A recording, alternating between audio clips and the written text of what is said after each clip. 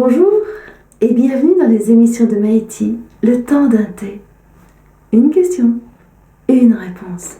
Et surtout, n'oubliez pas de déguster votre thé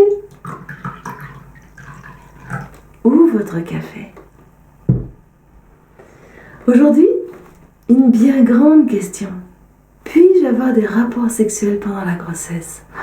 C'est une question qu'on n'ose pas toujours poser. Et pourtant, elle est tellement précieuse. Ma réponse c'est oui. Oui, bien sûr, vous pouvez avoir des rapports sexuels pendant la grossesse. Sauf peut-être des cas extrêmes. Le fait que votre col soit ouvert, qu'il soit trop ouvert. Ouvert, ça ne veut pas dire qu'il est juste raccourci, non, c'est qu'il est ouvert. Donc à ce moment-là, effectivement, il y a trop de risques. Mais sinon, l'accouchement, l'allaitement font partie de la sexualité. Donc, allez-y dans votre sexualité pendant la grossesse. C'est un moyen de vous préparer à l'accouchement. C'est un moyen de vous préparer à l'allaitement. Et en même temps, c'est tellement important pour vous, mesdames, pour vous sentir bien dans ce corps qui change, pour l'habiter pleinement, le sentir vivant, le sentir pétillant. Et en même temps, c'est tellement important dans votre relation de couple.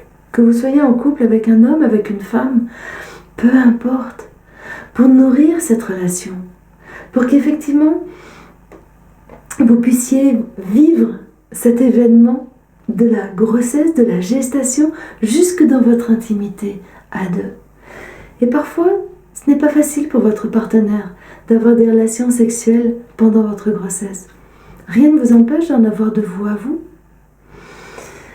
En même temps, effectivement, la sexualité pendant la grossesse, il y a plein de choses qui vont changer. Il y a votre corps, votre ventre qui va grossir, vos seins qui sont plus sensibles, votre muqueuse utérine qui est plus sensible, votre vulve qui va peut-être être plus gonflée, qui va peut-être être plus humide, le plaisir qui ne va pas être le même, les sensations qui vont être différentes. Donc c'est tout un monde à découvrir. Et c'est vraiment le moment de pouvoir ouvrir une autre sexualité. Une sexualité dans laquelle vous vous écoutez. Une sexualité dans laquelle vous vous respectez. Et une sexualité dans laquelle vous suivez les chemins de votre plaisir. Et ça stimule la créativité. La créativité, c'est ce qui va vous permettre de sentir qu'est-ce qui est le plus plaisant, qu'est-ce qui est le plus juste, qu'est-ce qui est le plus adapté pour cette sexualité-là. Et ça, c'est la même chose par rapport à l'accouchement. Vous saurez ainsi trouver les chemins, qu'est-ce qui est le plus adapté par rapport à une contraction, par rapport à la douleur, par rapport à la sensation que vous avez. Donc c'est en cela que la sexualité va vous préparer à votre accouchement.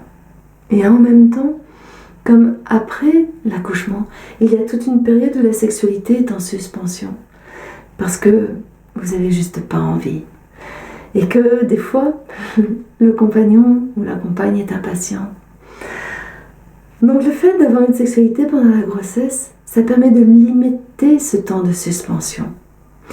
Et le fait d'ouvrir une autre sexualité pendant la grossesse, une sexualité plus respectueuse de vous-même, ça va vous permettre de vous préparer à réouvrir la sexualité après l'accouchement. Dans une période où peut-être que vous n'êtes pas au top du désir, que peut-être vous n'êtes pas au top de la lubrification. Et en même temps, vous respectez et vous connaîtrez des chemins des douceurs et des chemins de sensualité qui pourront nourrir votre couple, votre corps, avant de rentrer vraiment dans une sexualité. Et vous me direz, oui, mais pendant la grossesse, il y a aussi un troisième habitant. Il y a le bébé. Qu'est-ce qu'on en fait ? Pour le bébé, je dirais que c'est waouh ! À chaque fois que vous êtes dans la sensualité, à chaque fois que vous êtes dans la sexualité, vous sécrétez de l'ocytocine. L'ocytocine, pour lui, c'est un bain de bonheur, un bain de jouvence. Donc c'est juste trop agréable, c'est trop fun de pouvoir vivre dans ce monde-là. Vous éveillez ces sensations avec des choses qui pétillent. Et en même temps, il se rend compte que c'est dans votre intimité. C'est comme si vous lui donniez vos premiers cours d'éducation sexuelle. Vous le préparez à avoir une sexualité dans laquelle il se respecte et il savoure. Waouh!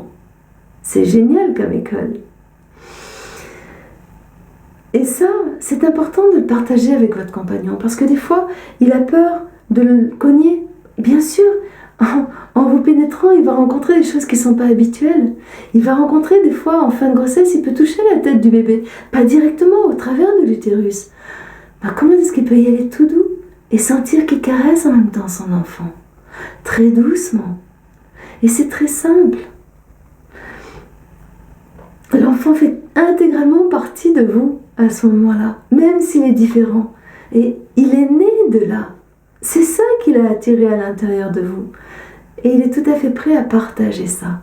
Du moment que vous y allez en douceur, que vous ne cherchez pas la performance, que vous ne cherchez pas forcément l'orgasme à tout prix, mais que vous y allez juste parce que c'est plaisant à l'intérieur de vous.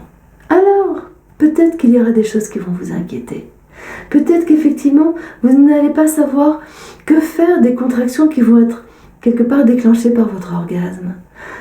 Oui, l'orgasme déclenche des contractions. Mais rassurez-vous, ce n'est pas le moment où vous accouchez, si vous n'êtes pas dans votre 9e mois, il n'y a aucun risque que ça vous fasse accoucher.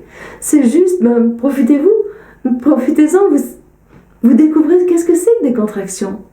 Et ce sera ça aussi, en plus puissant pendant l'accouchement.